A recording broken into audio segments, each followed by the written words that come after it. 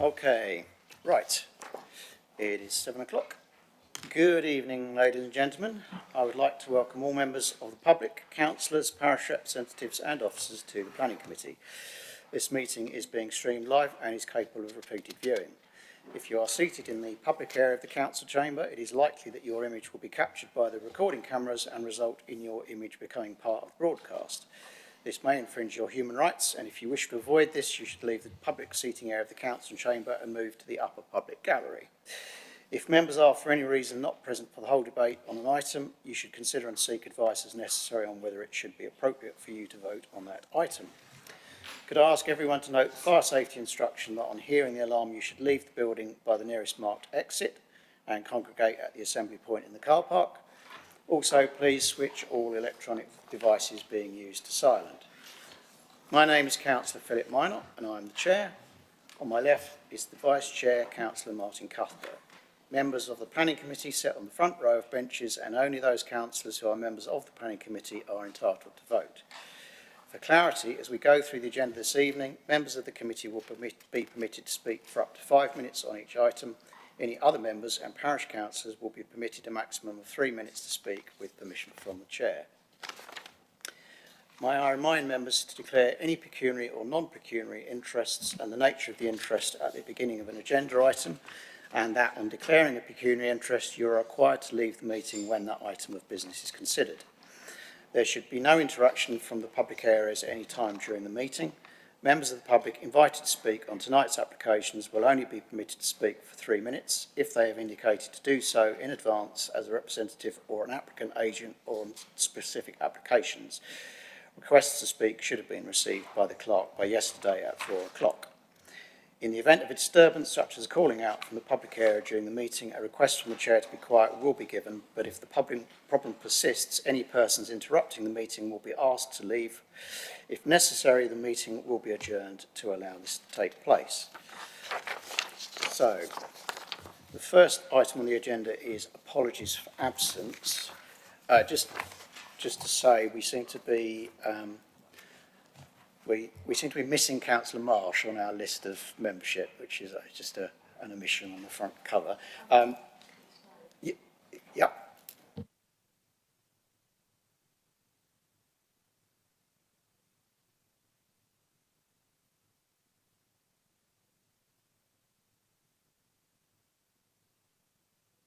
Yes, thanks for that. I assume that was probably the reason, but I just thought I'd mention it since she is on the committee and her name's not down there. Do we have any apologies tonight, Ms. Zoborn?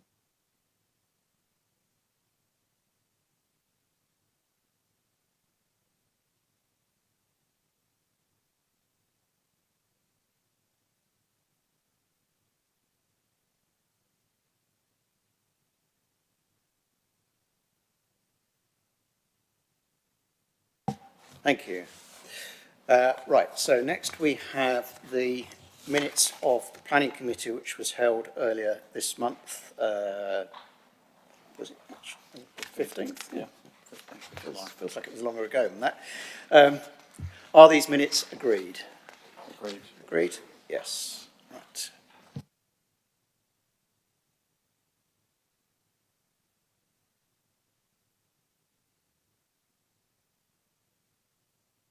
Zoe?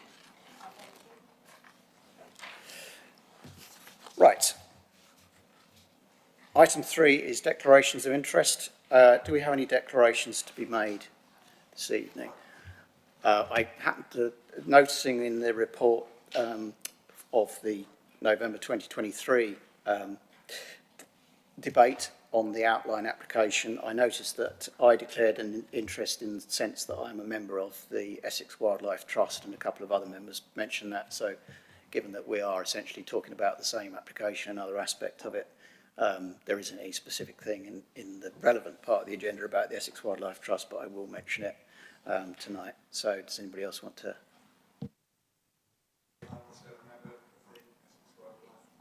Councillor Gorton. Yeah. Thank you. Anybody else? No? Right. That's fine.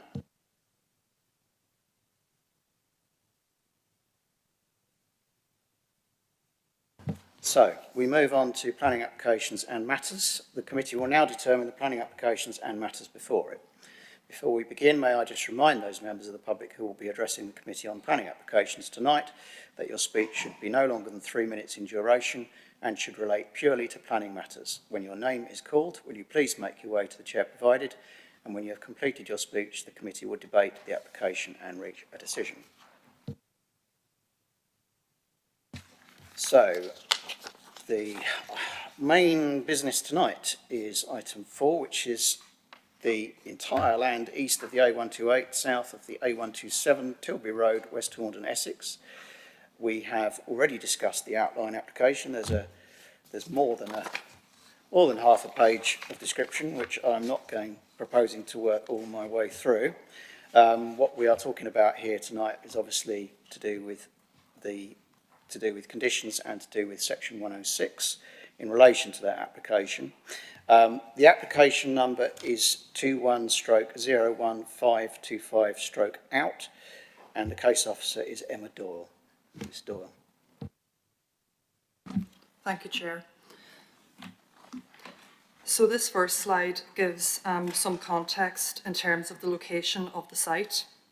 The slide to the left of the screen shows the allocated site in the very southeast corner in the light pink colour. The site is located in a gateway location to the borough. The slide to the right shows the site in pink again, sort of in the middle, and obviously emphasises again the strategic location with wider access to the Essex region and Greater London.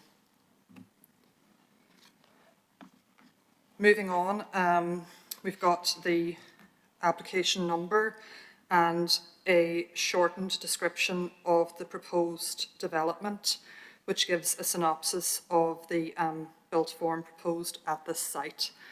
For a full description, that is contained within both the November 2023 report and the current report in front of members. Again, for context, this is the red line planning application, red line plan.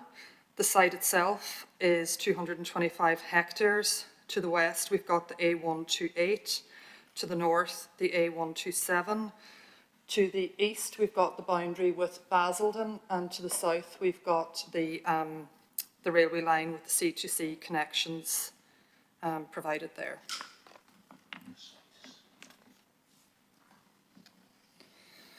Moving along, just to give some general planning policy context, the site is an allocated site. The general allocation is RO1. So I've just done a little synopsis of policy RO1 and RO2 on this slide. RO1 sets out the vision, strategic aims and objectives for the garden village development and aims to achieve a successful delivery of the garden village. RO2 is concerned with the spatial design of the village itself.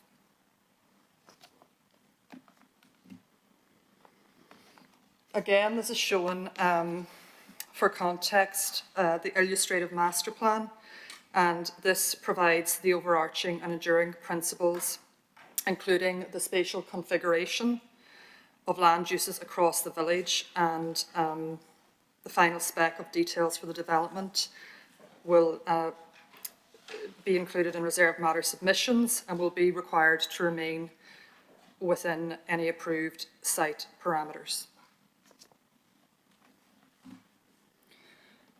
Moving along, this is the recommendation that was agreed by members when they resolved to grant this planning application in November 2023, and that resolution was subject to two things. The first matter is shown on this slide, which is in relation to planning conditions, and as you can see from the text, I'm not going to read out the text verbatim, but it is required that the conditions are brought back and they are contained within the papers that are in front of you tonight.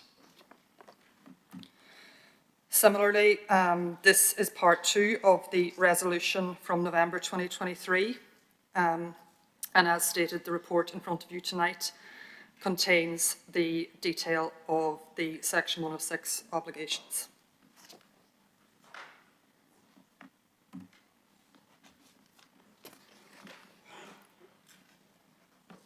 So the first subject matter that I wish to explore is in relation to the provision of affordable housing.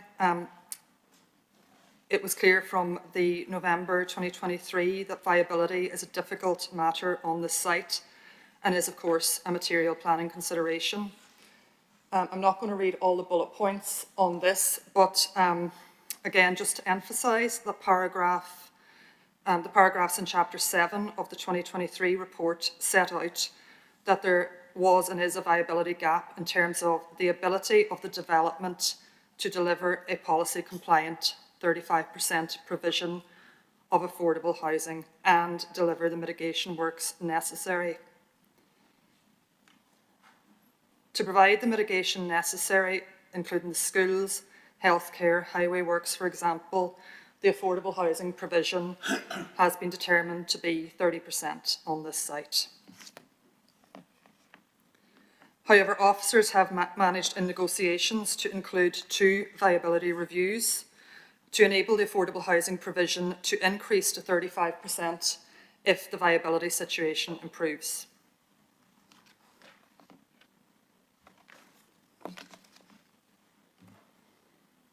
So moving on, the main schedules in relation to Brentwood Borough Council are in the bullet points on this slide. I'm not going to go into the first 2 because obviously they were touched on in the last slide.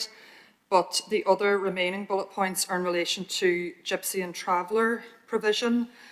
The legal agreement ensures that there will be 5 fully serviced Gypsy and Traveller pitches on the allocation subject to demand from the Gypsy and Traveller community. This will be tested through marketing.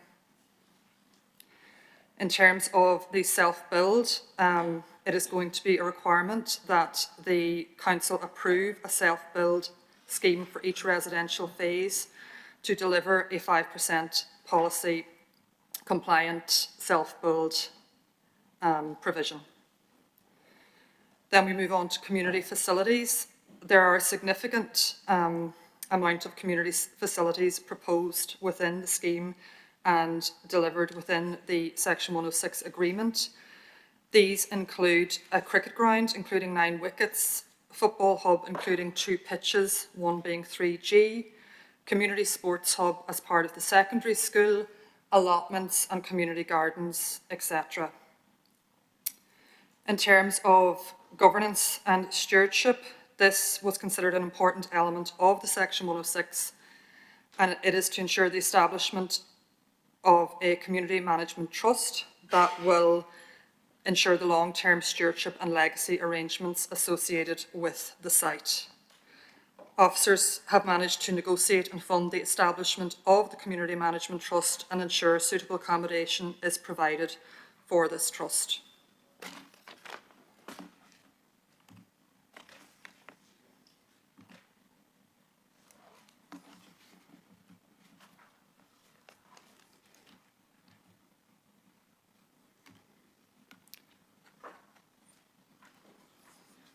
Sorry, I just seem to have a problem with my slides moving forward.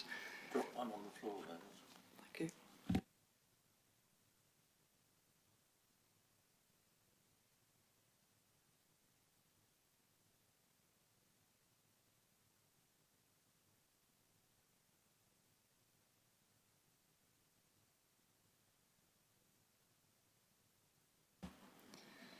Apologies about that. This next slide shows the schedules that are associated with the requirements of Essex County Council in terms of the education sites that will be provided at the site. There will be 3 primary schools with a co-located early years, 1 standalone early years provision and a secondary school. In terms of transport, there's obviously significant mitigation requirements at this site, and you can see from the bullet points some of the items that have been negotiated by our colleagues at Essex County Council in that regard. Faye from Essex is here tonight if there are any questions on that as we move forward. Libraries was another important schedule where our colleagues managed to secure the provision within the legal agreement of 160 square metered building of dedicated floor space within the community building at the village centre, and also a contribution of £287,860,000 for the fitting out of this library.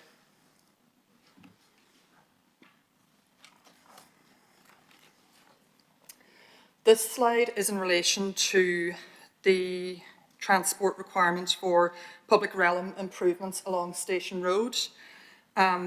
These details are at present kept in a fluid format so that the local community can be involved in coming and devising the scheme as appropriate for the location, and the determination of what is suitable will be through discussion with the local community. So the next few slides are a table with the type of infrastructure that is to be delivered at the site, the broad sum that the contribution amounts to, and what the infrastructure will deliver. So I don't propose to read out each of these individually. I might just emphasise a couple that sort of stick out. Obviously, one which colleagues at Essex have negotiated is in relation to the bus subsidy, which is a significant sum of in the region of £12 million to improve key bus services within the region. Again, off-site highway works, the very first one, is a significant, again, amount which will be paid to Essex County Council to improve highways. Next, we have got a slide on education and community uses. And you can see here, again, significant amounts of money contributed to various items of infrastructure. One that sticks out is in relation to healthcare, and you can see that the broad sum will be £3,470,000 odd in terms of a contribution to mitigate the health impact for the new residents at Dunton. In negotiations with the applicant, it is now deemed that there is likely to be a GP surgery on the site, and that's obviously a good news story. Another one that is sticking out is the community trust, which I mentioned earlier, which will ensure the long-term stewardship of the site, and that's in the region of 9 million, as we can see from that slide. Moving on to the open spaces and sports facilities, we can see the various amounts there. I mentioned earlier the on-site facilities.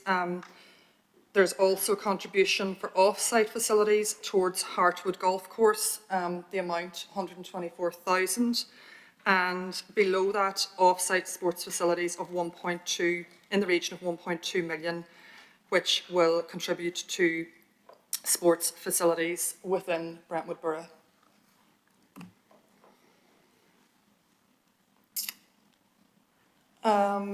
So we've got a various items here, mitigation items listed here. I think we probably have touched on most of them.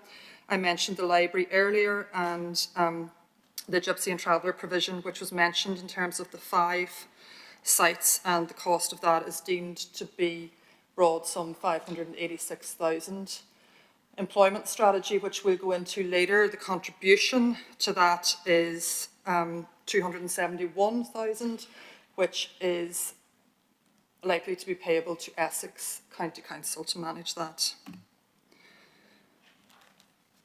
So moving on, the recommendation was to bring back, in addition to the schedules of the legal agreement, the conditions. So we've got quite a few conditions here, so I'm not proposing to read out the list of them verbatim, but I've sort of grouped them into broad categories. So these first 8 are in relation to defining the permission.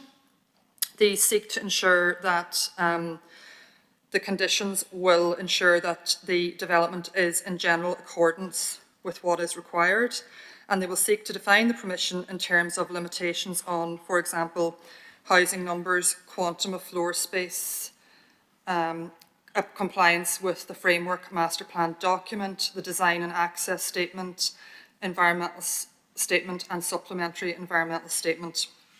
So that's what they seek to do. On the next slide, I will just emphasise condition 7 and pull that one out of that first list.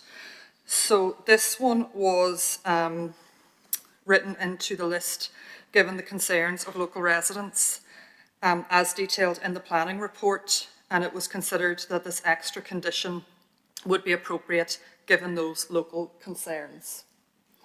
So this condition seeks to ensure that within 60 metres of the group of dwellings comprising old mill cottages, the height shall not exceed 13.5 metres measured from existing ground level. For the avoidance of doubt, the 60-metre distance is measured from the dwellings and not their curtilage or any outbuildings.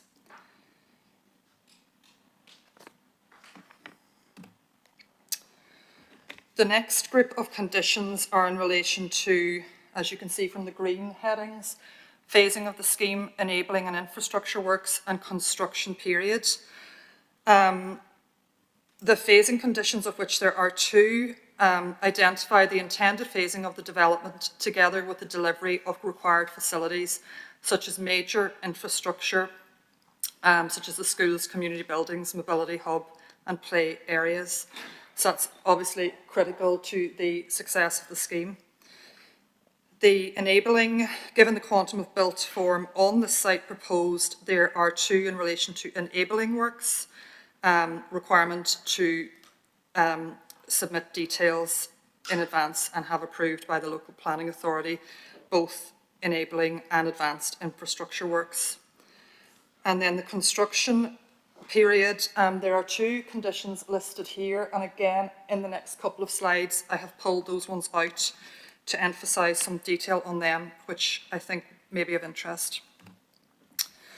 So the first one of those is condition 13, and that relates to the construction environmental management plan, in short, CEMP. So this is to be submitted and approved in writing by the local planning authority. Now, I think it's fair to say that this condition, I've just put a few bullet points of the kind of things, the kind of details that would be submitted to the council, but in the actual detailed condition within the pack, there are in the region of 20 particular details, so that is just a few listed. Some of the other details include anticipated timescales of construction work, hours of construction work, areas for storage of plant and materials, for example. So I just thought that one might be of interest. The other condition that I thought might have been of interest is in relation to the construction traffic management plan. And similar to the previous CEMP, this construction management traffic plan is wide-ranging in terms of its scope. In the detailed papers, there are in the region of 12 particular details that will be required to be explored as part of discharge of this condition. So I've put 3 on there on the slide. Some of the other ones that are within the detailed wording of the condition are in relation to routing of construction vehicles, details of facilities by which vehicles will be washed, details of pedestrian movements and safety within the site, and measures to prevent construction vehicles waiting and queuing on the highway.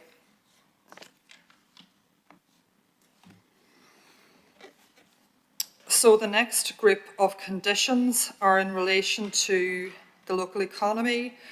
Then we'll move on to highway and transport, and then we will take a look at the landscaping details. So in relation to the local economy, there are 2 conditions connected with this topic. One is in relation to the details an employment strategy in relation to the proposed employment hub and the village centre.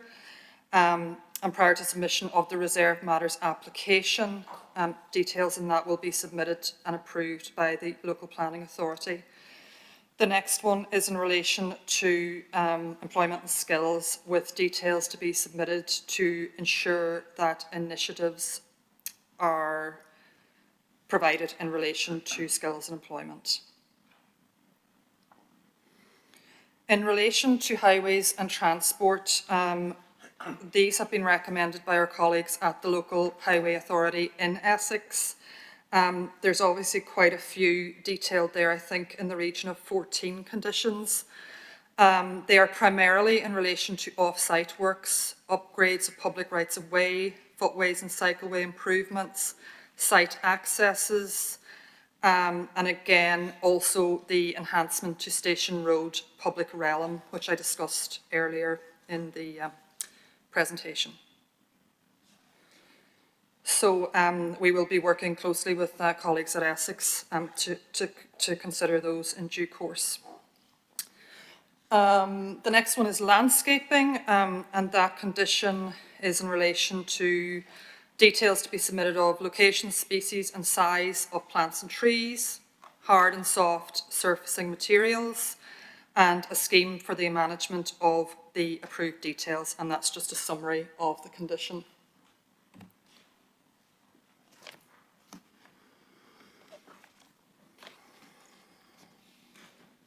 So you can see the headings here, the next group. The first few conditions are in relation to built heritage assessments, an archaeological evaluation with phased programme of investigation and submission of written scheme of investigation to be submitted to and approved by the local planning authority.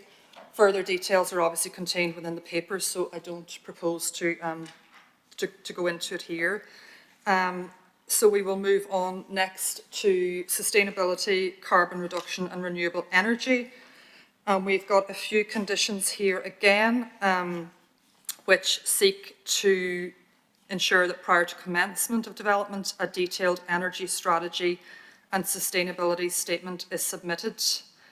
And the strategy shall identify how renewable energy will be deployed to reduce carbon emissions. Also, it's fair to say that the non-residential development within this site shall, by condition, achieve BREEAM level of excellent. Ecology and biodiversity is the next subject matter. And this seeks to ensure mitigation for construction and development in accordance with the Ecological Mitigation Management and Monitoring Strategy, EMS1 and EMS2. And further detailed wording is within the Appendix 2.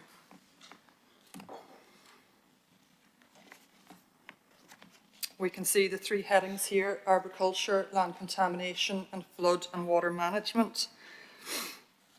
In relation to agriculture, we've got two conditions, and that is in relation to tree protection plan to be submitted and approved in accordance with the appropriate British standard to be approved by the local planning authority. Land contamination.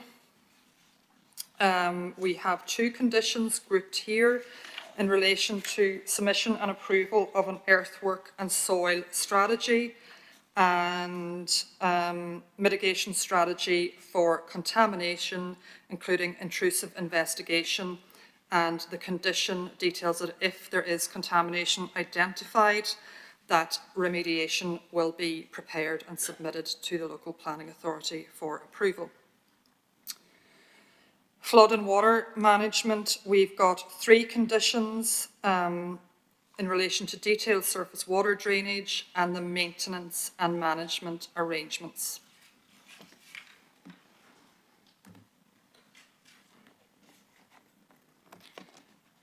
This is the second last slide, and there's obviously quite a few topic areas on this one. So I might take out two of them and go through those. Noise and vibration, we've got two conditions in relation to a supplementary noise report within the eastern part of the site and the western part of the site, east and west of Eastland Spring, and to identify location of the acoustic barrier as proposed within the scheme. And the other one that I might focus on is condition number 56, detailed design and management arrangements to demonstrate compliance with bespoke design requirements for this site in relation to refuse and recycling. And then the last one, which is condition number 57, relates to digital infrastructure, and this condition has been applied to ensure the development provides up-to-date communications infrastructure and that will be integral to the scheme. So moving on, this is the conclusion to the presentation, which identifies the situation. So there was obviously a resolution to grant in November 2023, subject to the option 1 recommendation to bring back to members the full worded conditions and legal agreement. They are contained within the July 29th report in the appendices and in the main report. And just to flag that colleagues from Sharp Pritchard are here tonight, that's Brentwood's legal representatives, if anybody's got any questions on that recommendation and that conclusion. Thank you.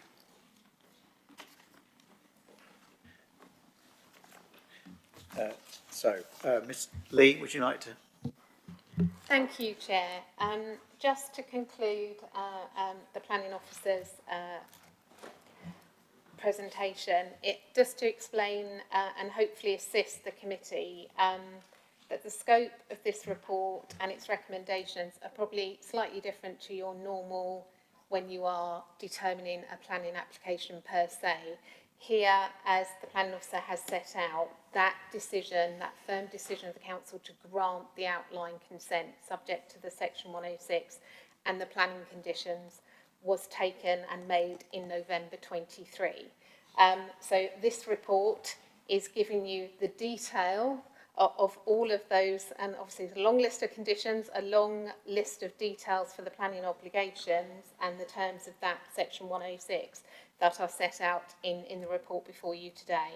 And that's simply to comply with the recommendation of that November 23 report that said the committee would get a full report with that detail, because that original November 23 report simply listed topics and subjects for the planning conditions and the heads of terms. So this puts the flesh on the bones, if you like, of what was in that original committee report. So it's not an opportunity, this committee, to reassess that original resolved grant of the outline consent.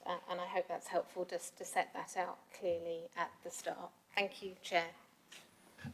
Thank you for that. I do think that's helpful.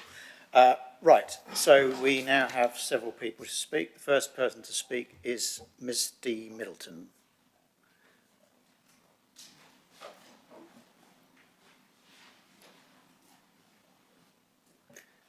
And you have 3 minutes.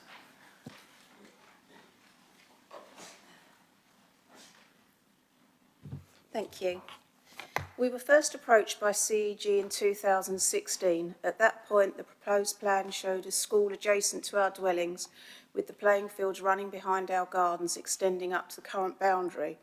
Not ideal, but at least we would retain open views and some degree of privacy. Despite CEG's early engagement, we were excluded from stakeholder meetings, a breach of Brentwood's own statement of community involvement. Decisions that fundamentally affect our lives were made without our input or even our knowledge. The current plan proposes buildings up to 4-storey high surrounding us on all 3 sides, and a gypsy traveller site located some 200 to 250 metres away. I would welcome any councillors to view the 2 photocopies I have with me showing just how dramatically the impact has shifted for us. They are CEG documents dated July 2016 and 2023. Our views and privacy have been obliterated with no consultation. The site's own Heritage Impact Assessment Report recognises harm to Old Mill cottages. It recommends preserving boundaries and views. The ancient tide map confirms the historical farmstead value of our setting. It states that views of All Saints Church are to be preserved, yet once the development is complete, we will not be able to see anything. No regard is being given to our homes or the disruption we will face. Not one agency visited our homes during this process to assess the impact on us and put their findings in any reports the council asked for. While CEG claim they've engaged with us, and yes, they did meet us, everything raised has been dismissed, including repeated pleas for a buyout. Brentwood Council say we've had opportunities to object, but every communication we've made has led to nothing.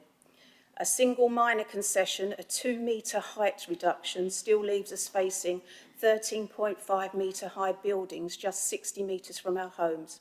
Critically, the plans do not clarify building heights permitted between the proposed 30-metre buffer and the 60-metre restriction. We have repeatedly asked for a wider buffer zone and stricter height caps. The approved plan also interferes with our existing legal right-of-way, a right long established and essential for our access. This is not only unjust but potentially unlawful. We are just 4 homes which will be slowly engulfed by a massive development. Our property values have plummeted. We are left unable to sell, unable to move with no clear recourse. This isn't just a planning matter, it's a matter of humanity. We've all lived here nearly 30 years. Our homes, our mental well-being and our lives are being sacrificed with no fair mitigation. I urge you, please do not approve this application unless meaningful protections or changes are made for the remaining residents of Old Mill Cottages. Thank you very much. That was well timed. The next person to speak is Richard Newman, representing the Old Mill Cottages Association.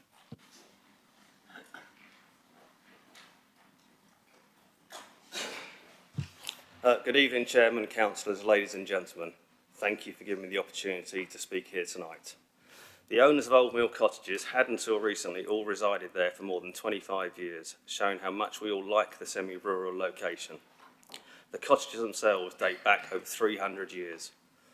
All owners from the start of the planning asked for our cottages to be purchased, allowing us to move on. CEG and BBC have made it clear they have no intention of purchasing them. The owners of number 3 sadly passed away. It took 18 months for their children to sell at a price 20% below its first valuation. We cannot afford to lose 20% off the value of our homes. Do you honestly feel it's fair we should? We are not planning experts and so don't know what we don't know, and had expected to be guided and supported through the whole process by BBC and WHPC. Sadly, this support has been severely lacking. Section 410 of Brentwood Borough's CSI states stakeholder meetings and workshops should be held, including local residents, to discuss difficult issues and themes. We have never been invited to a workshop.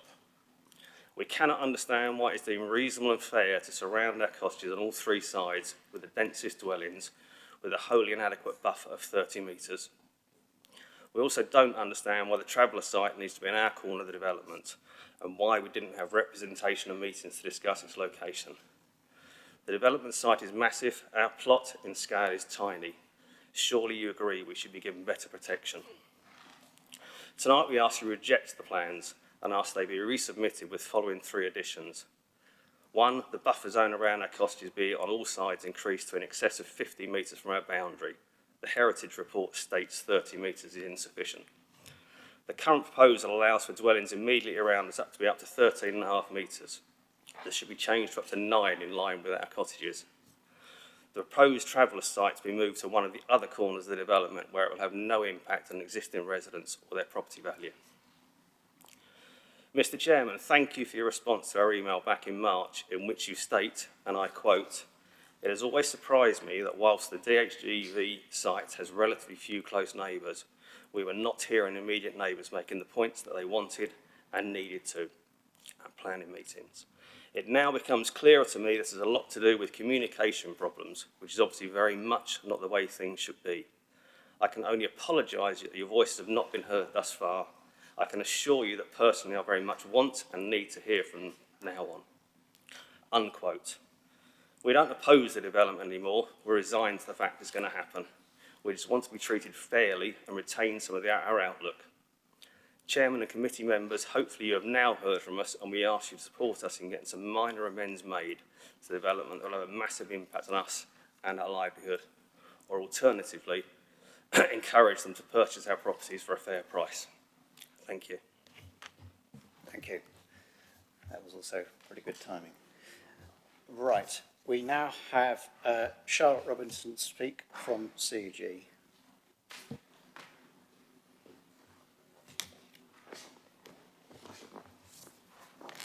What is before you follows on from the decision in November 2023 to grant outline planning permission for Dunton Hills Garden Village. This approval included the spatial distribution of land uses, which were part of the application submitted in August 2021 and have not materially changed since submission. The location of these land uses evolved in 2019 by the independent design review process, which included a number of stakeholders, including a representative from West Horndon Parish Council.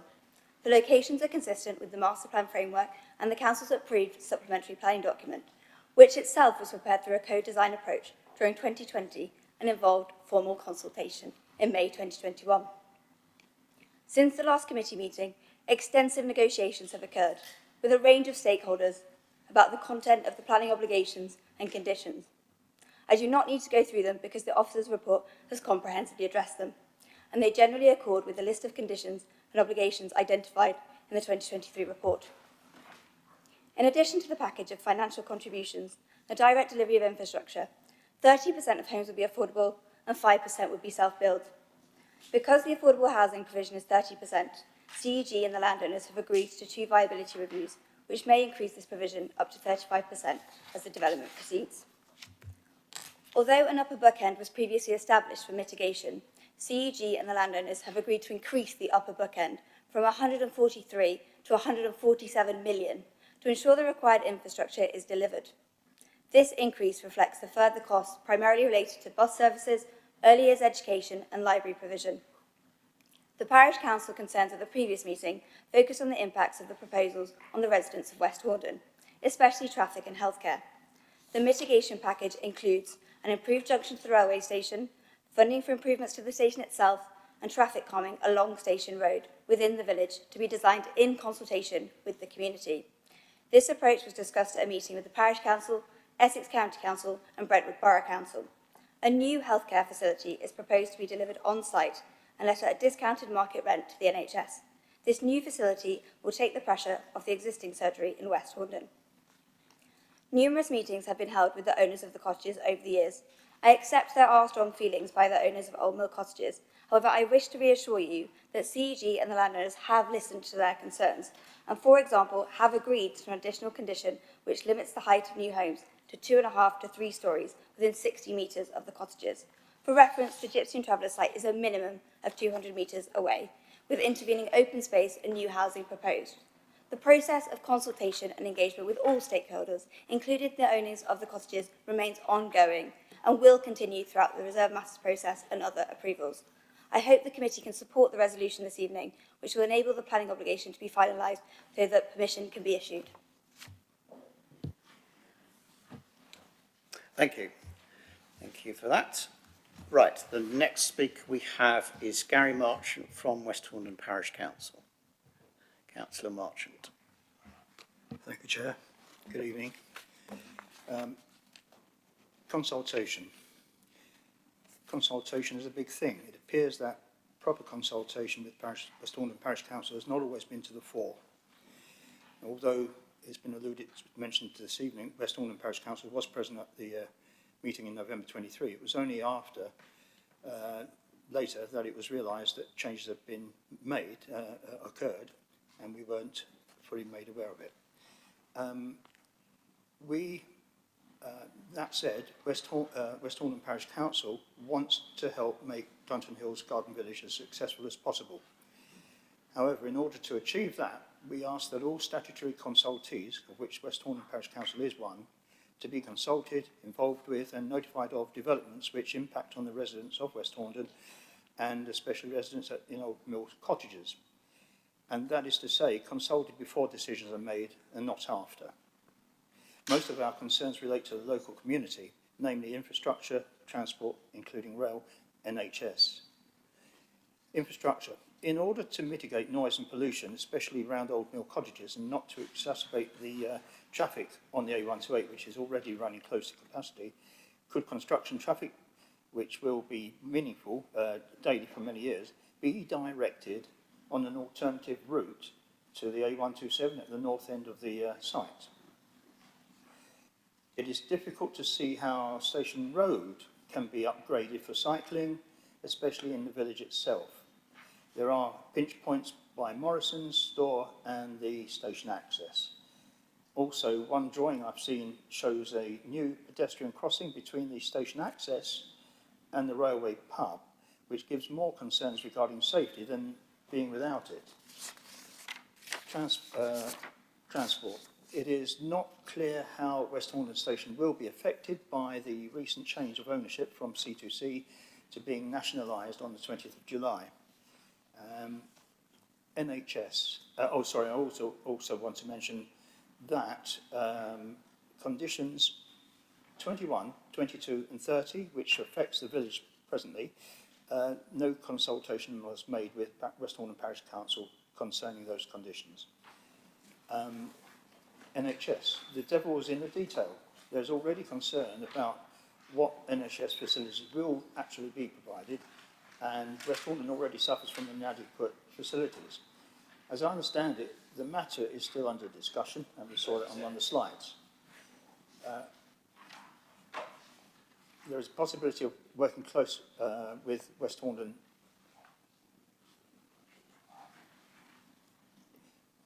S106. At one level, some things can be readily costed, but others are more difficult to assess. How does one know what the monies are set aside will be enough? How will it go if more monies are required? If at any stage S106 monies run out for any particular aspect, can there be an agreement that building can be curtailed? Thank you. Thank you. Thank you for that. Right. So we now have. Can't see Sheila Murphy. She's not here. Okay, that's fine. So we have on the planning committee we have Councillor Marsh and we have Councillor Baldock, who are ward councillors, who would obviously have the opportunity to speak first. Which one of you two would like to?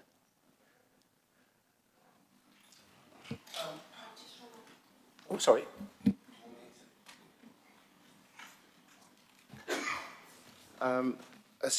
So this section 106 is purely for us to say, yes, that's enough money or that's not enough money.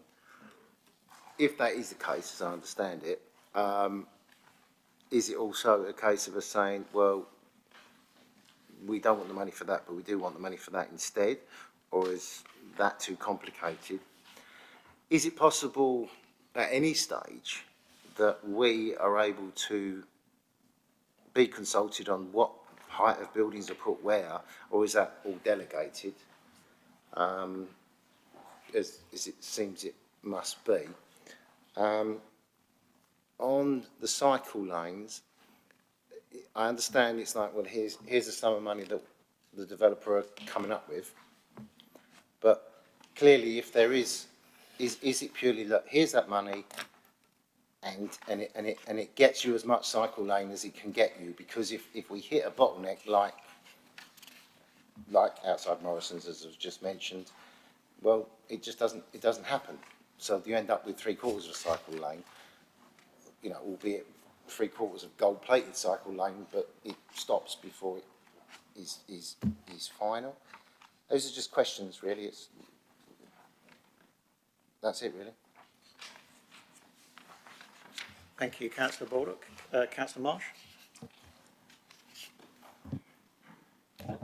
Thank you. A couple of things I'd like to pick up on that were mentioned on the slides. One is the education.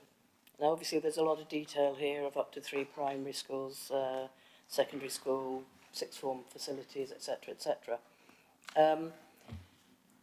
I think I'm right in, and my understanding is right, that the developer can promise whatever they want, but the ongoing facility depends on funding from currently Essex County Council. When this is up and running, we don't even know if Essex County Council will be in existence or what organisation will be taking over from that. So what can we do to ensure that at least some, if not all, of these commitments do actually materialise as ongoing facilities? The other concern I have is over healthcare. When I was relatively new, or very new as councillor, my first visit to the site was in the summer of 23. And I listened to a presentation, I went round the site and listened to a presentation. At the presentation, somebody brought up healthcare, and the response was as vague then as I would say it appears here. The wording is likely to be for a GP surgery on site, still in discussions with health providers. Now, I don't find the word likely to be particularly encouraging. To me, this is as vague as it was 2 years ago. If no progress has been made in 2 years, I would feel very, very uncomfortable about passing this with some much firmer commitment that there will be healthcare on that site. We cannot expect to build 3,700 properties, which will house a minimum of 10,000 people, probably 15 to 20,000, and not provide a substantial amount of healthcare. West Horndon Village Council is already sadly lacking in GP facilities. So before this can be passed, I think that needs to be made much more concrete. Now, going on to some of the things we've heard from residents and the parish council, consultation has clearly been a problem. There will be disputes and arguments about this, but there is no doubt at all that errors have been made. I don't know what can be done about that going backwards, but I do think that we have to give, well, it's probably too late really to give consideration to the people that need to have consideration at this late stage, but it should be acknowledged that they haven't had it. It seems to me the residents have come to terms with a very difficult thing to come to terms with. They've asked for 3 very, very modest requests. One is that their 30-metre buffer should be moved to 50 metres. Given the site we're talking about is something like, I think you said 240 hectares. Don't think that's a great deal of land to ask for. Coming on to the proximity of the nearest building, some concession has been made down to 13 metres, but given it's closer than they anticipated, 9 metres doesn't seem an unreasonable request from them. As far as the Gypsy and Traveller site is concerned, it's a relatively small site, five properties. Again, it's a very, very large site. I'm sure some consideration could be given to a different area where it might be more secluded. That's all I have to say. Thanks for that. So there are some questions which have been asked there. I think it's probably a good idea if we get some answers to some of the questions or some of the points which have been raised before we go on any further. I've got something I need to say in terms of what was said about the communication that I said, but whichever officer would like to answer some of the questions and some of the points that have been raised.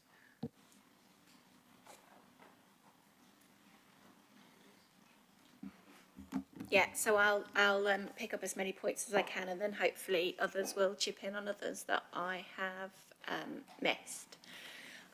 So to Councillor Marsh's point around the education provision, for example, on the site, so the schedules that we've got and the contributions that are required from the applicant to education will fund the primary and secondary schools on the site. As is Counties Way, now they would be opened to academies to operate those education facilities. Now, it is, of course, the developer can provide the land and provide the funding, and the education department has assessed that that need is there at present for those schools, and so that is what we've asked for within the agreement, so that we have both the land and we have the funding available for those schools to take place, both primary, secondary, and early years.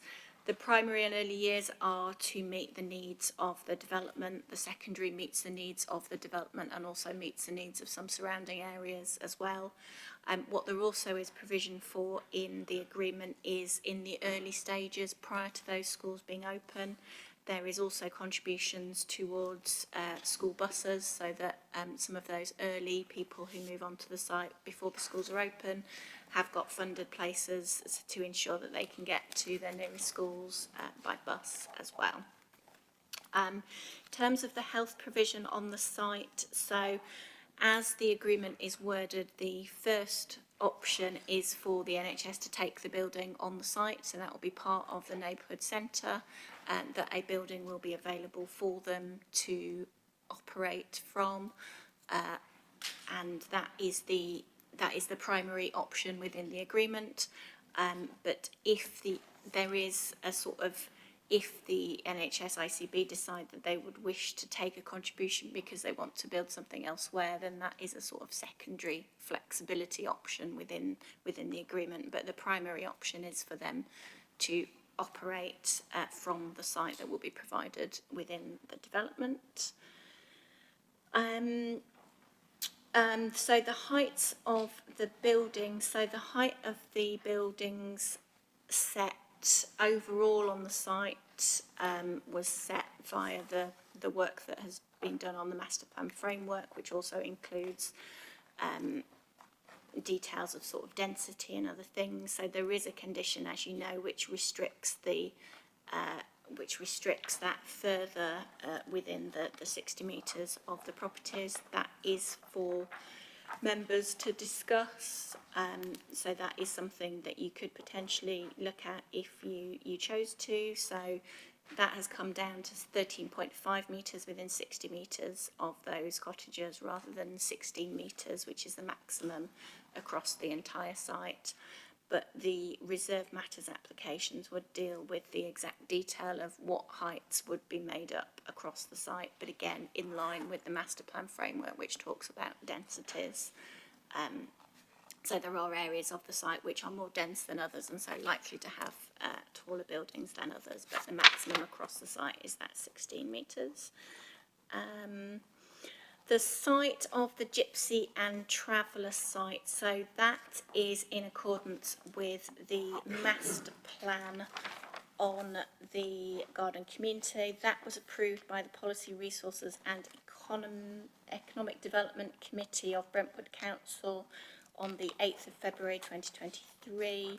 This follows a draft which was approved by the same committee in March 2021 and a public consultation that happened in 2021. So it has been in that location in the master plan, and then within the master plan framework that was submitted alongside the planning application in 2021.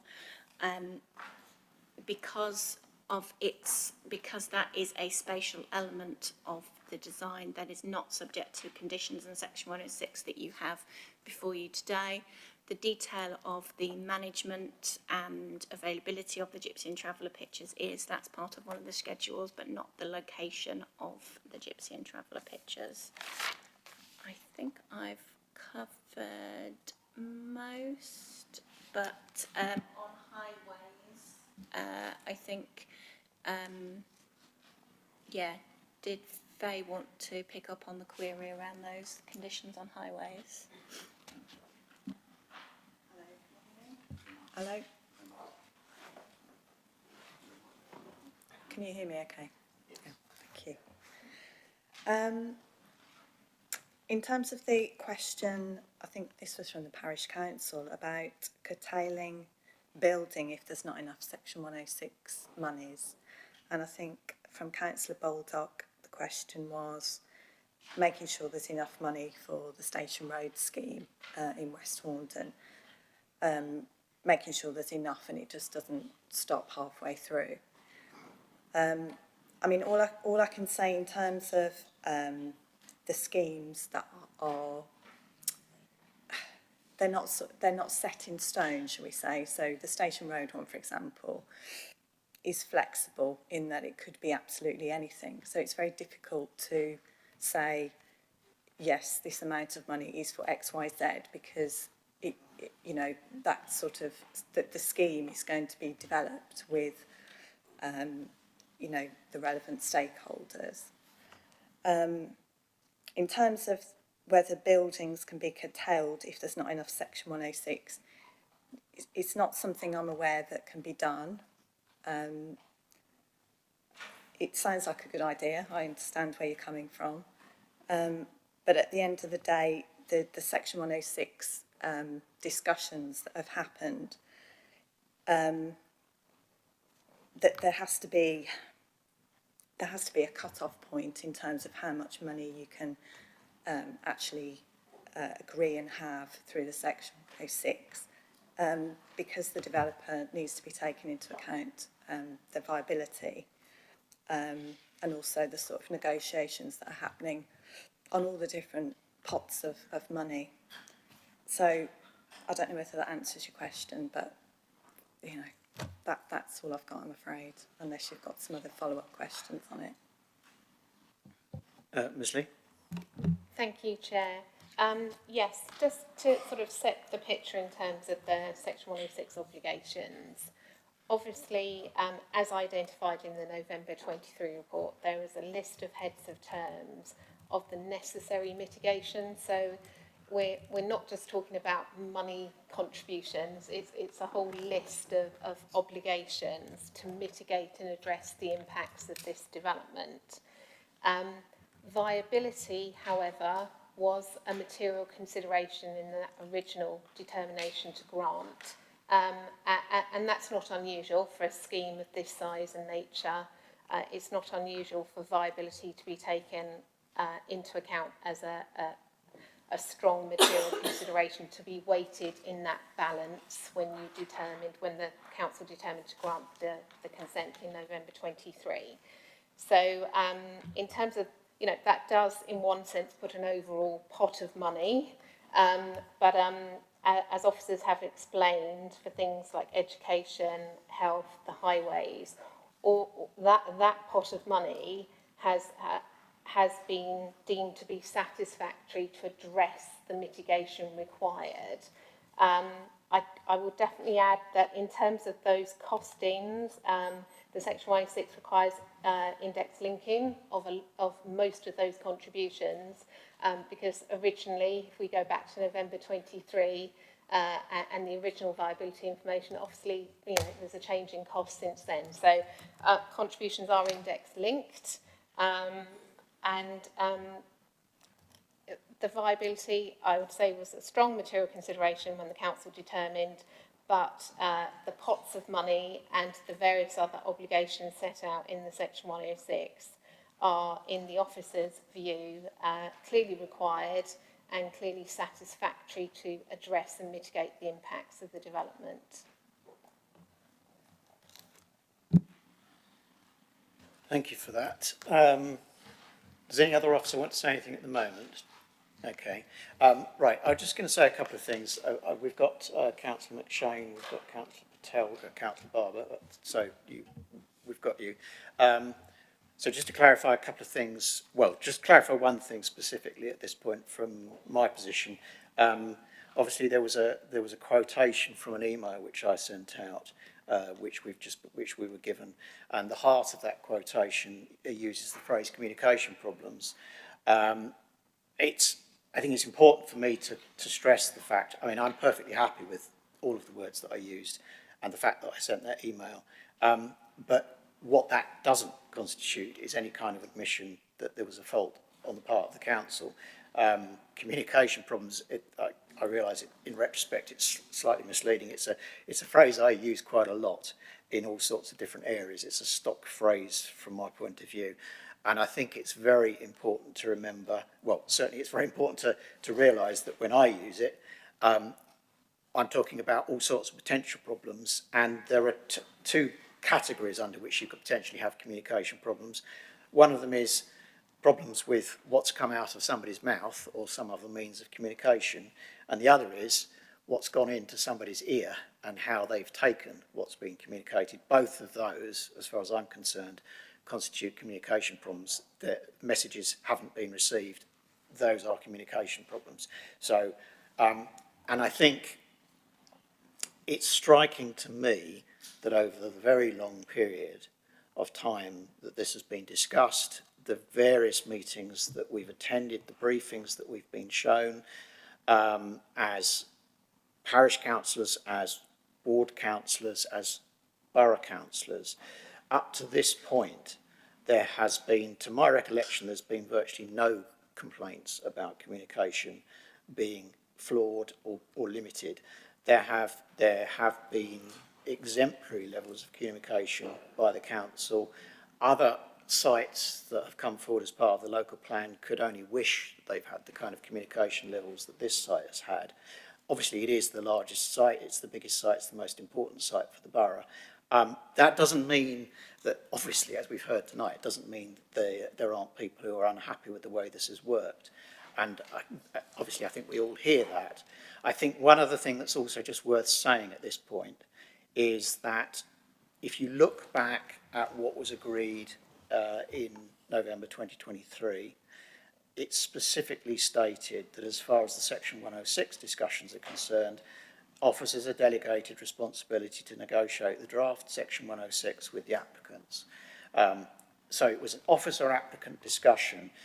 We're not in a situation like we are with a new planning application starting from scratch, where you have a public consultation and there are responses and various people are involved. I went along to some of the meetings where Section 106 matters were discussed, but as chair of planning, I said virtually nothing at those meetings. And one of the reasons why I said virtually nothing was because they were very technical meetings.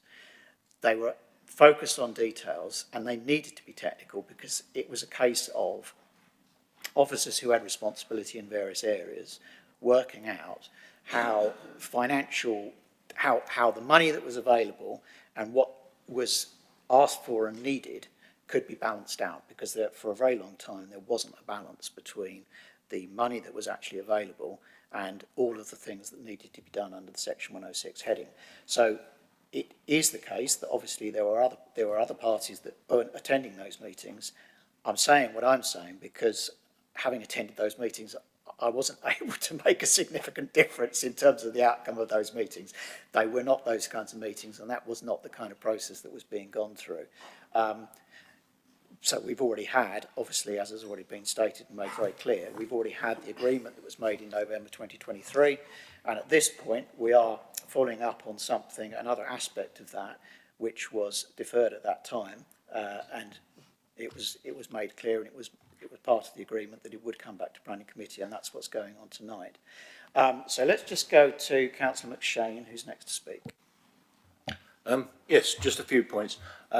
It was glossed over about West Horndon railway station a bit.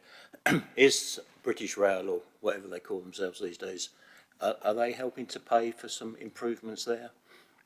That's one point. Also, I'm a little bit worried about the viability of the whole site.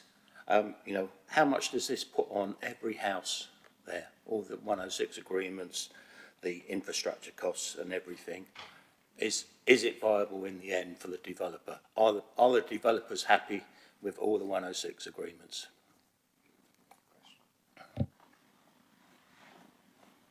I mean, as I've just said, the point of where we are now, the reason why we've come back is that at this point, after a lot of discussions with the developers and the officers and various other officers from Essex and the relevant authorities, parties on both sides, various sides, have worked out a position where people are happy with what they've got. They think they can do what they need to be able to do.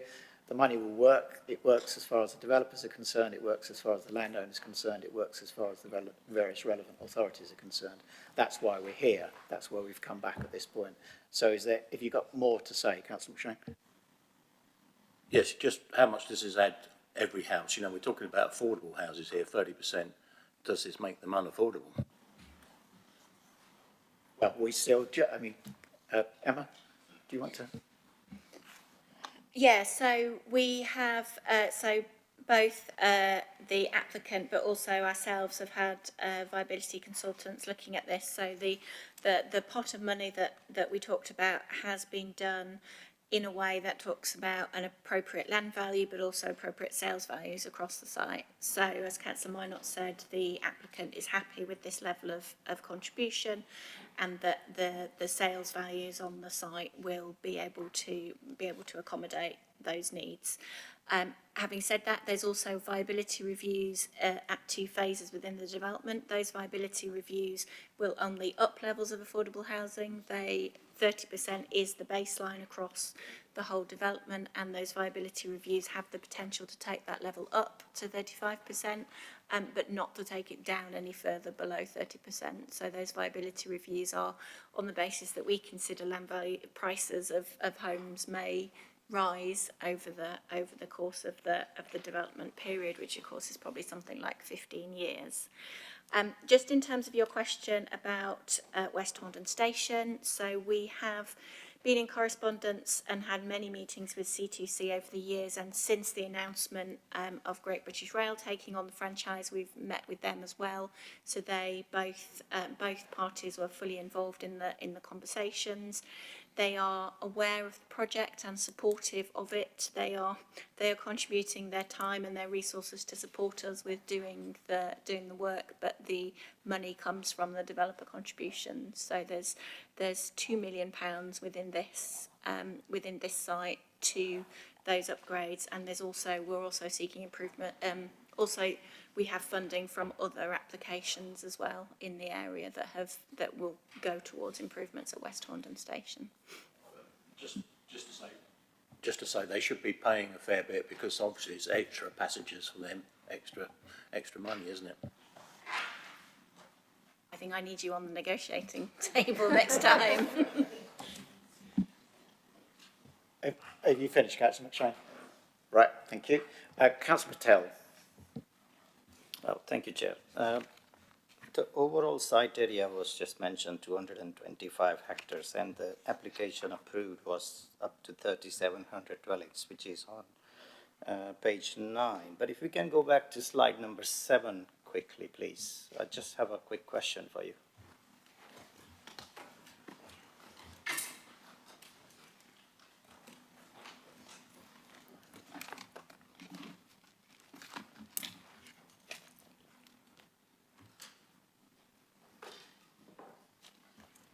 Apologies. So the one where it says affordable housing overall position.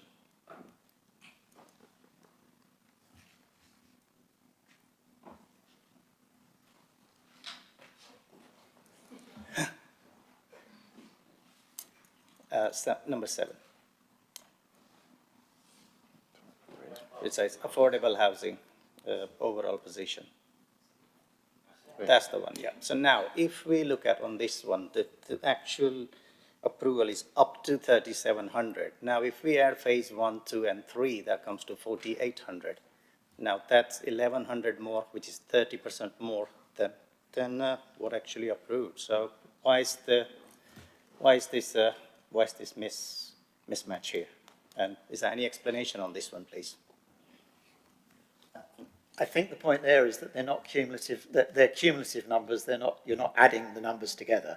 So the point about the viability reviews is that they take place at various stages through the development of the houses, and it's being said that the first viability review takes place after 1,000 dwellings have been built, and the second one takes place after 2,300 have been built, but the 1,000 that is first mentioned is included in the 2,300. Okay, so overall it's going to be still 3,700. up to, that says up to 3,700, because obviously that changes the whole viability issues altogether in the context of money, section 106, everything. So doesn't that help? right, okay, that's fair point. Thank you. Thanks a lot. Thank you. So, Councillor Barber. Thank you, Chair. Couple of questions, if I may, to the officers. The delegation of authority to the Director of Place, can I just be assured that that is typical delegation? Because the way I read it is that it won't come back to this committee again as a site. Is that correct, or is it just relating to the outline planning permission? Yeah, that's just for the outline permission to be completed, yeah. Thank you for clarifying that. Couple of things. I mean, obviously, it is regrettable to hear the feedback from residents here tonight and also the parish council. I used to live in Milton Keynes briefly when I was at university, and I think the villagers who were in that village originally would have liked to have moved away before the Milton Keynes was plonked on top of it, and I can understand and have every sympathy with how the current residents are impacted. There are just a few houses in that area, and I am quite surprised, but I appreciate that we can't address that as councillors here tonight, and that is a conversation between the residents and the council as a whole. But can I just ask the question relating to the comments you've heard about the suggestions about increasing the buffer zone and reducing the height? Perhaps moving the traveller site might be a step beyond what we're entitled to do tonight. But my understanding is we're here to agree the conditions. So why is there a specific reason why officers believe that we couldn't agree to the first two proposals that Councillor Marsh outlined in her speech? So that's one question, please. And then I'd also like to just simply also ask the other question about the pylons. I see on page 15 that it says it's not anticipated this project will have a material impact and the DCO is going to be granted in August. If this is passed tonight, does National Grid have to plan around us, or because it's a strategic infrastructure, can they just ignore us and say they're going to do it and make us change our plans? So the first question is, are we empowered to accept the first two conditions as suggestions tonight? And is there a reason the officers would give why we shouldn't proceed with accepting those two suggestions to modify those two conditions? Thank you. So, who wants to take the answers to those questions?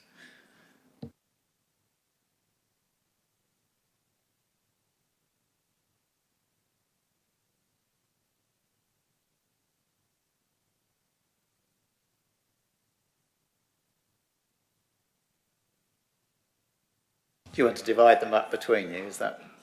Yes, sorry.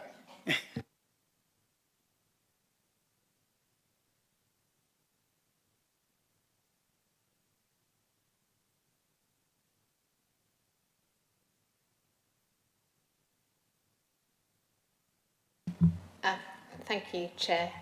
Just on the issue of the DCO and the pylons, obviously national infrastructure projects, so if a consent order is granted, it goes ahead, and you're probably aware the government are very much driving national infrastructure projects across the UK as part of their economic growth agenda. Having said that, obviously local authorities are consulted, and again, a bit like in Section 106, there's a degree of negotiation that can go on. Indeed, with DCOs that my firm work with, they actively are involved in those sorts of negotiations in terms of agreements that are reached with the consenting authority to satisfy and address more localised issues. And I'm aware from the contents of this report that obviously Brentwood are fully engaged in that process with National Grid, and will continue to do so.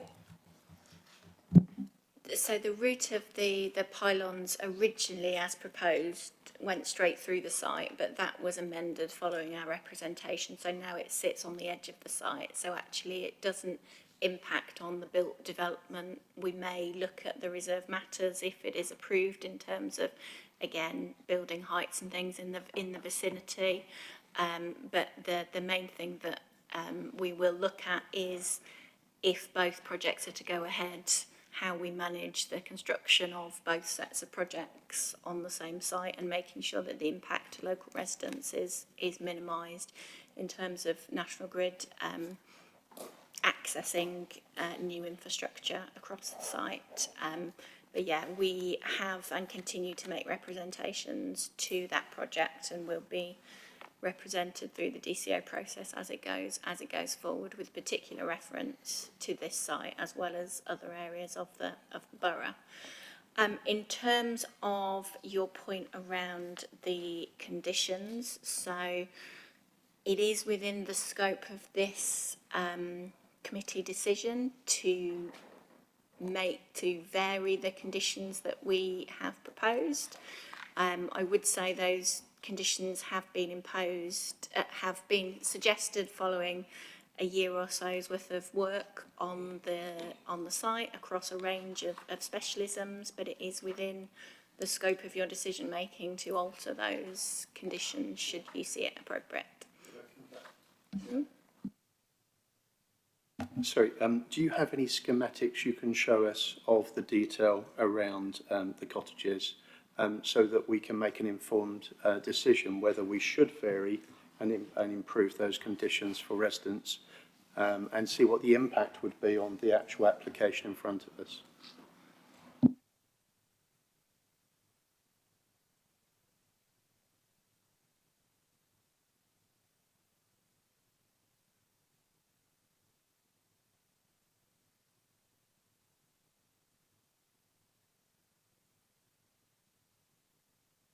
Unfortunately, we once we start talking about things as a committee, we become like a sealed bubble. We can't accept more information from outside, which is often an unhelpful thing, but we're in that situation. Do we have any imagery? I mean, the one thing I think it might be worth, that I haven't got the specific figure written down in front of me. The 13 point something metres, which is what's being talked about as the height of the buildings within the 60 metres. Is that just basically a 2-storey building or a 3-storey building, or what does it amount to in normal terms? So a 13.5 metre building is probably a 3-storey building. And up to the 16 metres is a 4-storey building. So obviously it depends on the exact design of the property as to quite how many stories you would get on there, but it's sort of broadly a 3-ish storey building, potentially 3.5 maybe if you have areas in the roof. In terms of the development, obviously because this is an outline planning application, we're limited in terms of the mapping that we have associated with the site that would really help in terms of the detail. There's the sort of plans that we flashed up in terms of the overall parameter plan and the master plan framework plan, but we probably don't have anything of real detail that would probably help you envisage it. Sorry, Chair, in that case, can I propose to the application in front of us tonight, subject to accepting the first 2 suggestions that were made by the residents, that the buffer zone be increased to 50 metres and the height be reduced down to 9 metres. Unless the officer can tell me a very good planning reason for us not to accept that, I would like to propose that.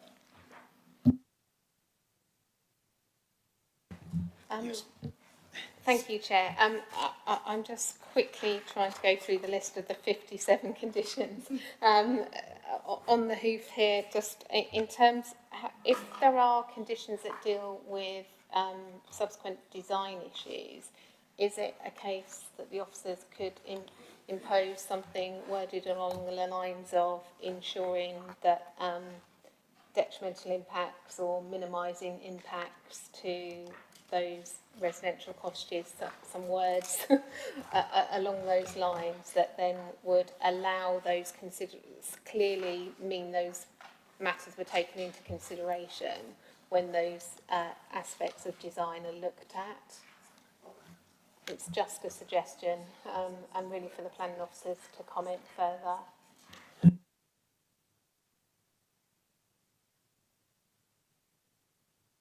I think while there's a bit of just discussion going on, I also thank the applicants for sending out the images that they sent out. I'm not sure whether everybody on the committee had the opportunity to see it, but I certainly had that opportunity to see those images. So that's given me a bit of an impression of the height of the buildings, the length of the back gardens, for instance. That's certainly useful.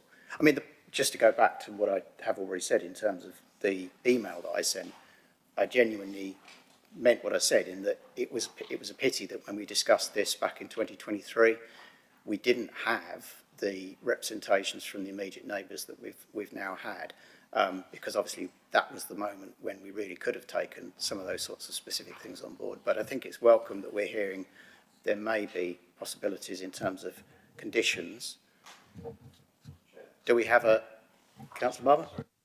Sorry, just to be clear, obviously the delegation that we're passing tonight allows the Director of Place to finalise the recommended planning conditions, so there will be a degree of reasonableness about how those are interpreted and the impact on the buildings from the final planning application comes forward. I had proposed it, subject to those two conditions being improved. I think we should see if anyone is willing to second my proposal, and then we obviously need to move to a vote on that. I mean, I would be perfectly happy to second that if that was something that was feasible. I mean, I think the point is we do hear the neighbours, we hear their issues, we know that we can't go back on what we agreed before, but if we're being told that through the conditions there are some changes to the wording that we could make that would move things closer to what the residents would like to see, then I'm perfectly happy for that to happen, obviously.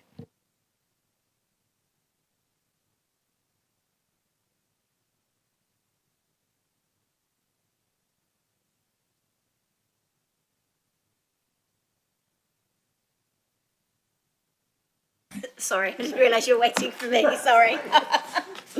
Yeah, so we were just looking at condition, I've lost the numbers now, condition 7 now, which currently just restricts the height of the buildings. So obviously that is relatively straightforward to amend. As Rachel was saying, there isn't currently a condition which talks about the buffer. There is potential that we could add wording into that. I wouldn't want to do that wording on the fly, if that would be satisfactory to members. I think we get the point that is wanting to be achieved through that. I think we just need to think carefully and with the applicant just to make sure that we had something in place that was suitably enforceable and that also didn't materially alter the master plan framework or the master plan SPD on the site. So we just need to check that. But we get I think the thrust from Councillor Barber is clear, and condition 7 does give us an opportunity to look at the wording around that. Chair, that's satisfactory to me because I'm sure it will be detailed in the minutes of this meeting, available to the residents. There's an undertaking from the council to take on the spirit of that suggestion on those 2 points. Thank you. I'm still happy to propose. Thank you. So, sorry, when you're saying proposing, are you talking about proposing the overall, moving the overall? Okay, well, again, I'm perfectly happy to second if you're proposing. I would have been perfectly happy to propose, and I would have hoped for somebody else for seconding, but that's absolutely fine. Do you want to say anything else, Councillor Barber? Councillor Gorton? Thank you, Chair. Just going back to Emma Doyle's presentation and conditions again, this may be very picky, but I think I've noticed a couple of minor mistakes. So, under condition 7, page 288 of the agenda pack, it refers to policy BE13. I looked that up, and That's parking standards. I think it should refer to policy BE14, which talks about successful places.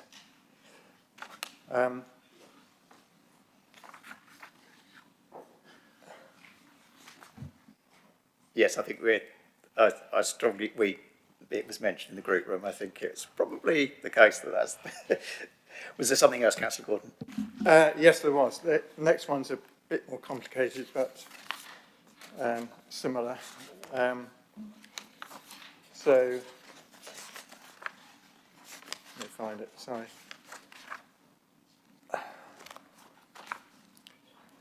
So, condition 19 refers to West Horndon footpath 60 and the diversion of footpath 60. Now, according to the Essex Highways public rights of way map, footpath 60 stops north of the A127 and doesn't actually go through the development site. I think it should refer to, sorry, let me find this. It should refer to footpath 68, which is the continuation on the south side of the A127. Perhaps,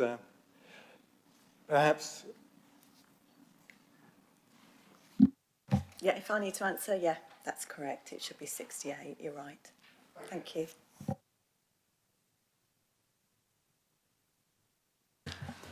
That was all, Councillor Gordon. Yeah. Okay, thanks. So, Councillor Chinnery? Thank you, Chair. I just have a couple of quick questions, and maybe it's because I'm relatively new to the council and a sub on this planning committee. I would like just a couple of clarifications on kind of the viability assessments, the two viability assessments. What will what will that entail, and what will kind of a good result in that assessment mean? You can up the affordable housing quota to 35%. Happy with it being, staying at 30% if viability is an issue to go up and above. And then in the report itself, I noticed something with the Sustainable Transport 106 funding. Could you clarify the number for sustainable transport and what it will be used for and how it differs from improving kind of buses and other infrastructure? So it's just viability and sustainable transport and some clarification there. Thank you. So in terms of the viability review, it's something that our viability consultants and the applicant's viability consultants have worked on, and what will be included actually within the schedule is a worked example. So there'll actually be an example of the figures that you input in and the figures that will come out, which will allow people in the future who may not be any of us to be clear as to what we expected from the viability appraisal, and to put those figures in, and so there's an agreed approach which will then determine whether that figure goes up. It may not go up as high as 35. We want to get to the maximum that the site can afford, so it may only get to 32 or 31 or 33, but it will get to a maximum of 35. Yeah, and we've made sure that example is in there, so that everybody's really clear as to what we mean by that viability review. And then in terms of the sustainable transport and what that will pay for, I'm looking to either Emma or Faye just to provide the detail of that one.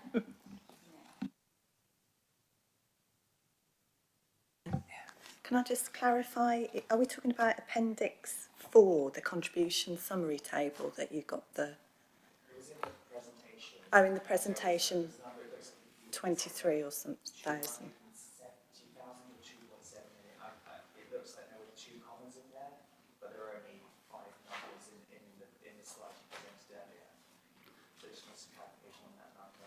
Did that include?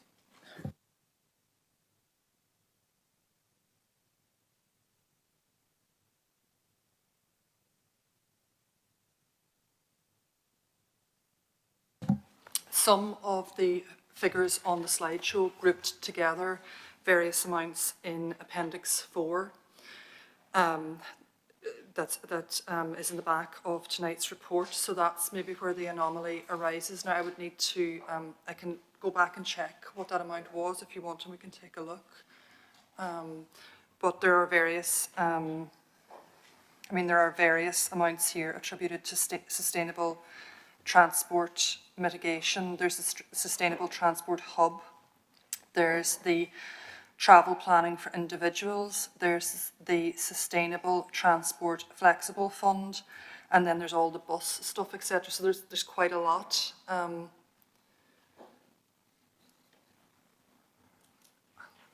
It's certainly, it's the larger, it's not a multiple of thousands, it's multiple of millions, because you've got the Sustainable Transport Flexible Fund is what is it, 2,370,000. The walkways, cycleways across the site is 2,135,000. And as we've heard, there's multiple different headings as far as that Appendix 4 table is concerned.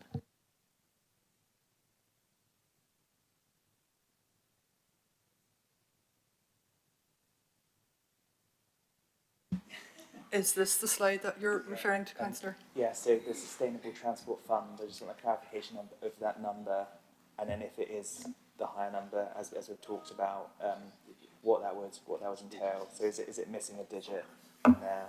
Is there an additional comma? Thank you. It may well be. I'll just check with Faye here. I think if you look at page 341, that same heading, Sustainable Transport Flexible Fund, it says 2,376,000. So I think the 3's disappeared. Otherwise, it's identical, those two numbers. Yes, yeah, that's, apologies for that. Yeah, it's the flexible fund, so it's £2,376,684. Apologies for that. And then, if I may, I have one more question about the development itself. I believe it's got to come to committee for phase one more time with kind of combined in more detail. So I just want to know kind of what the next steps for the development are, and when we can see it kind of begin kind of construction and begin kind of moving on and moving forward with it. Thank you. So if you approve the recommendations tonight, then the decision would be issued for the outline. It would then be for the applicant then to look at discharging the conditions we've talked about, but also then there'll be a whole series of reserve matters applications which will come in phases, so across smaller pockets across the site, and they will include the detail on everything that is reserved. So they will look at design and the detail of all those other matters. So yeah, there's quite a few steps still to go before we see some construction on the site. Thank you, Chair. Thank you, officers. Thank you. So, Councillor Marsh, you wanted to come back? Thank you. The officers confirm in their report that there's been no planning material change in circumstances or change to the original planning assessment. I don't know if anybody's looked at the National Grid site recently, but looking at the bit that refers to Dunton Garden Village, I know we've discussed the pylons, but this new underground cable swathe centre line is shown on the consultation plans as part of the overall project layout, and they go through the development site. Now, these swathes take up between 60 and 120 metres, depending on the amount of cables required for the particular project, 65 to 120. They're not proposing starting this work until 2027, and it won't finish until 2031. Has this been taken into consideration? If not, I would suggest it is a material change to planning conditions, and I think some serious consideration needs to be given to it. And can I just go back to things mentioned previously that I brought up? The building available for the National Health Service, we've been told there is one available. We still haven't got detail of how much in the way of doctors, nurses, will they be able to do blood tests? What facilities will actually be provided? Buildings alone aren't a lot of use to anyone. And similarly for the schools, what I heard was it has been asked for from Essex County Council. What I didn't hear is that they guarantee to pay teaching staff, running costs, admin staff, and all the ongoing costs for those schools in the future. I just think it's too vague. I would like some concrete detail before passing this. Just to make a general point, I think it's worth remembering that whilst as the local authority, the local planning authority, we do have a certain amount of powers, there are people we can't compel to do things that they don't want to do, and both the National Grid, I think that's a very good point, so thanks for raising it, and we'll hopefully get an answer on that, but both the National Grid and the National Health Service stroke the Integrated Care Board are people that we can't actually compel to do stuff if they don't want to do it. We might like them to do things. We have things that we can decide, and we then turn to them and hope that they will do what we would like them to do. Unfortunately, and I wish local authorities had more power, there's a limit to how much we can compel certain people to do certain things. So I think we just need to take that into account. I don't know if officers are still checking in terms of the National Grid stuff. We've got, I'm aware that we've got Councillor Baldock would like to come back. Would you like to say something, Councillor Baldock? Yeah. Just is this the last, with regard to Old Mill Cottages, for instance, is this the last opportunity we would have to influence the properties that go around that and any buffer zone? Or would, for instance, that be potentially picked up in reserved matters further down the line? Because this is, as you say, largely regarding the Section 106. Does any officer want to respond to that particular question? Yeah, I'll pick up that and National Grid. So in terms of the detail of the layout and the design of the development around the whole site will be subject to those reserve matters applications. They will need to be in accordance with this application and the master plan framework, so there need to be accordance with that. But the detail of house types, design, gardens, the smaller road layouts, etc., that will all be part of the reserve matters applications, which would be for the council to determine in due course. In terms of National Grid, so the National Grid scheme, of course, isn't a consented scheme yet. It will go to DCO, which we expect later this year.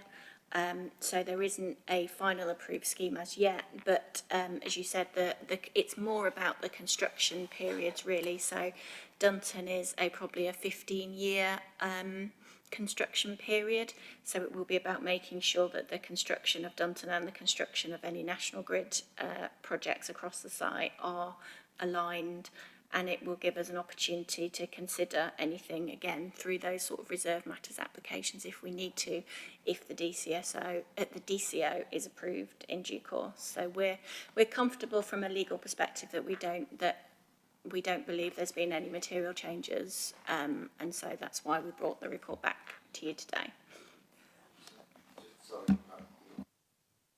So with reserve matters, is that a delegated matter, or is that something that comes to us?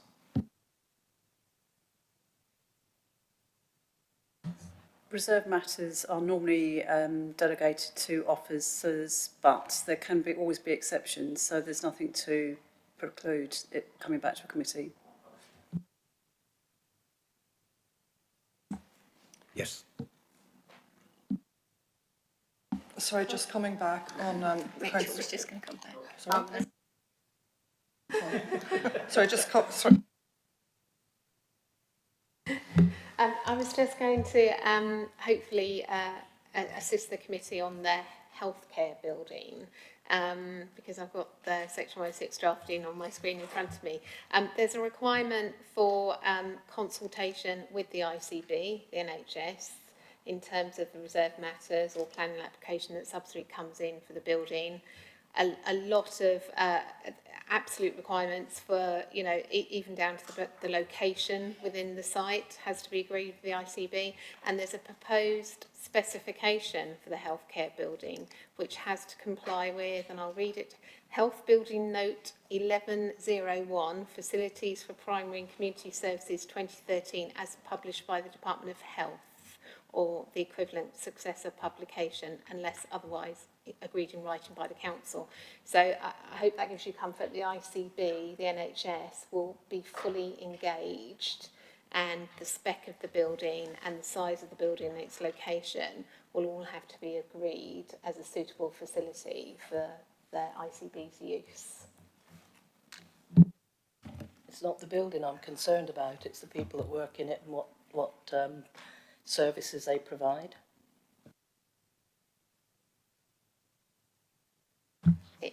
In terms of, it's a primary healthcare facility, so I guess that encompasses what the ICB, the NHS are saying is required in terms of a facility on that site to serve the increased population living at Dunton Hills.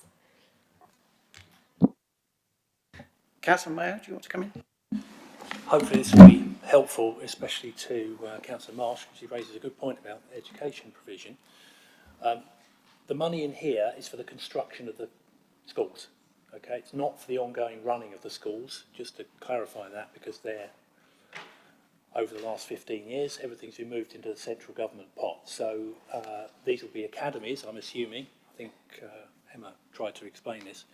So the ongoing running of the school is all funded from central government pot. It's not, we're not reliant on local government funding anything once the buildings are up, just to clarify that. Thank you, Councillor Mayo. Yeah, and I just think we've obviously had a motion which has been moved and seconded, so we will move to the vote in just a moment. Haven't got anybody else at this point on the list else other than me. I think one thing I would say, I was quite struck reading all of this through, that if you look at this from the point of view of a ward councillor, for instance, or the parish council, this document is essentially a playbook in terms of the future. You've got so many specifics in this document in terms of what is supposed to happen, what the sequences are supposed to be, what the amount of money that's supposed to be forthcoming is, albeit we've heard that it's index linked, so some of those figures will change. And so it's a really valuable document in terms of looking after the interests of the people who already live in West Horndon Parish and close to this site, and obviously also the people who will be moving into this site once it starts being developed, and there are people moving in. There's so much detail in here. I mean, every application has these kinds of things, but with the amount of detail and the amount of information here, you have chapter and verse in terms of all of the things which are being expected. And in terms of CG, and obviously in terms of any successor developer, there's obviously no suggestion they wouldn't be doing those things. But it does mean you've got the opportunity to keep them to what's been agreed in terms of all the discussions that have led up to this meeting, and then of course we've come to this meeting.